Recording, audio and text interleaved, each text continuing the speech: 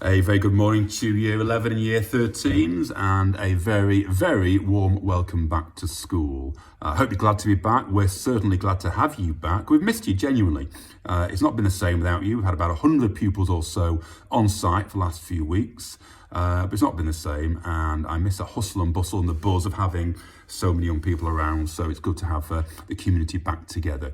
And I've got to say as well, you've done absolutely brilliantly. I think the resilience, determination, the work ethic, the perseverance you've shown has been remarkable. And I have to say, you've had it far harder than last year's Year 11s and Year 13s who completed their 2 years of GCSE and A-level. All they didn't do was the exams at the end. You've had lots of disruptions and coped with those remarkably well, and we as a school have done so, and now it's a case of just seeing things through to the end. And I hope that it's a very positive 3 months or so left. March, April, May, yeah, about 3 months we've got left, and you come back with the right attitude. Okay, I don't spend too much time this morning boring you, but a couple of things I wanted to cover off. The COVID side of things, and then assessments and gradings for the time we have left. Okay, you've had various communications, and your parents have, around the COVID situation. I just want to remind you of the importance of that. What we don't want is for you individually, or your classes, or the whole year, or the school to close again. And the way of avoiding that is by you following the rules, the COVID rules. So it's things like, if you've got any symptoms, you don't come in, you get a test outside of school. Okay, in school, we keep our distance where we can. Hand hygiene, constantly sanitizing. Okay, respiratory hygiene, you sneeze, you catch it, bin it, kill it. One-way systems, staggered lunches. Be sensible, stick to that, yeah, and we won't go too far wrong. Now, there's 2 extra things that we are asking of you this term, or the government are asking of us. That is the testing. By now you've been tested once, you'll be tested twice more in school. And that gives us reassurance that we're all keeping ourselves safe, isn't it? When you go home, you're keeping your family safe as well. And secondly, the testing side, just going on for that for a second, when we finish 3 tests in school, we do 3 altogether, you will then be given a home testing kit, and we would like to carry on testing at home and sending those results off to the NHS and letting us know as well. And as I say, that gives that sense of reassurance. Hopefully it won't be for too long, maybe till Easter, and after that we can get back to some sort of a normality. That depends on you guys and how well you do these things. Okay, so testing is part of the puzzle, part of the jigsaw to keep us all safe, so please go along with that. The second thing is face coverings. They are now mandatory, they are compulsory in all indoor spaces. So last term we had it in the dining hall when you're not eating, in the corridors when you're moving around between lessons, but now we've got it in classrooms as well. Now, nobody wants that. I don't want to be wearing a mask in a classroom, but it's for everybody's benefit. And wearing a face covering, the whole point is keeping other people safe. So it's that community idea, that selflessness, being altruistic, thinking of other people, okay? Because the face mask stops those larger virus particles being spread in the environment and being in the air and ingested by other people. So you're doing it for other people's benefit. If we all do that, we're keeping ourselves safe. Now, there are some exemptions for various reasons, very few. I understand it's not convenient, but yeah, hey, let's go with it for the next 3 or 4 weeks. We'll review that Easter. And hopefully, as we get into the summer, the situation will be such where we're no longer required to wear a face covering in school. But please, please, please. And little things. Yeah, if you're wearing a material or cloth one, wash it regularly. If you're wearing a disposable one, have lots of spares and keep changing over and take it on and off in the appropriate way. So I don't want too much detail there, but please adhere to our COVID requirements. And we'll stay open and we'll be happy and we'll be successful, and I'll help you to do well at the end of the year. Okay, so moving on to the gradings, and I will avoid using the word exams because they aren't as such. I've had a few conversations with you directly, I've been in touch with some anxiety, and let me say straight away, there's going to be some nervousness. You are in Year 11, Year 13, and every student ever, including me and your teachers, we were nervous at this time. Yeah, it's a big thing. Exams and assessments are a big thing. It determines your future. So we can't avoid that completely. And neither can we avoid doing some form of assessment.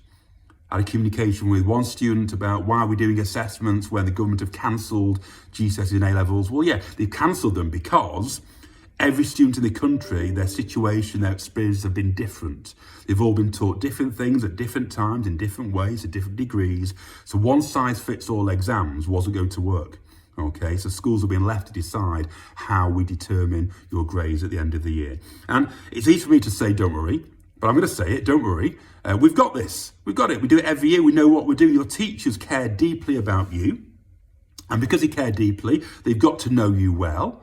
Okay, what you can and can't do. They've got knowledge of yourselves, but they've also got expert knowledge of their subjects and how to assess those subjects. And this system of teachers with a school support determining grades is the fairest way of doing it. And it is fair, okay? It is a fluid situation. The announcement came out last Thursday. We still don't know all the details. Some things won't be released by the exam board, some from the Department for Education, until the end of this term, the end of March.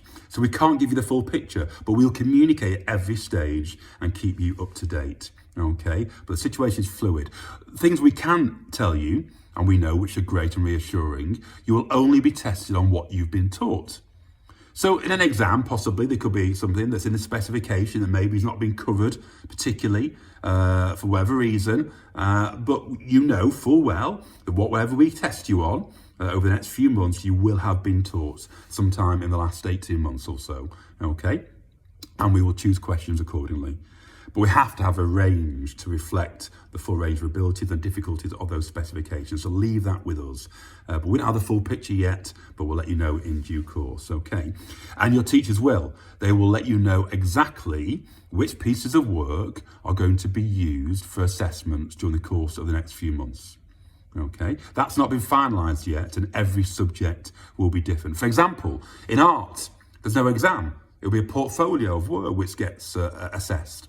Things like business studies and sports studies and IT, they've done exams in January. That will count as evidence as well.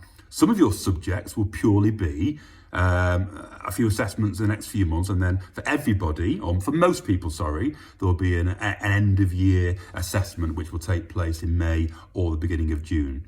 The exact timings and content of that have yet to be decided. Okay, between now and the end of the year, it is your job to come in, as you've shown so far, be focused and disciplined, and focus on learning. Yes, not exams, not assessments, on learning. Okay, don't we bogged down in assessments and grades and things. There's a joy and a privilege and a beauty of learning stuff and improving your knowledge and your skills. And that's what you guys need to focus on. Yeah, let us diagnose where the gaps are. And we will teach and reteach what we need to get things in place. And as I say, during the course of the next few weeks, and not yet, your teachers will let you know exactly which bits of work will be used towards your final grading, which has to be submitted by us by the 18th of June. It's a difficult and challenging process to get that done after you've done those assessments. So there will be end-of-year assessments in May for a vast majority of subjects, and you'll find out more about those and other forms of assessment in due course. Don't panic. And please, please, please, don't pester your teachers. Don't pester them. Don't ask them about grades. I've told them not to discuss grades.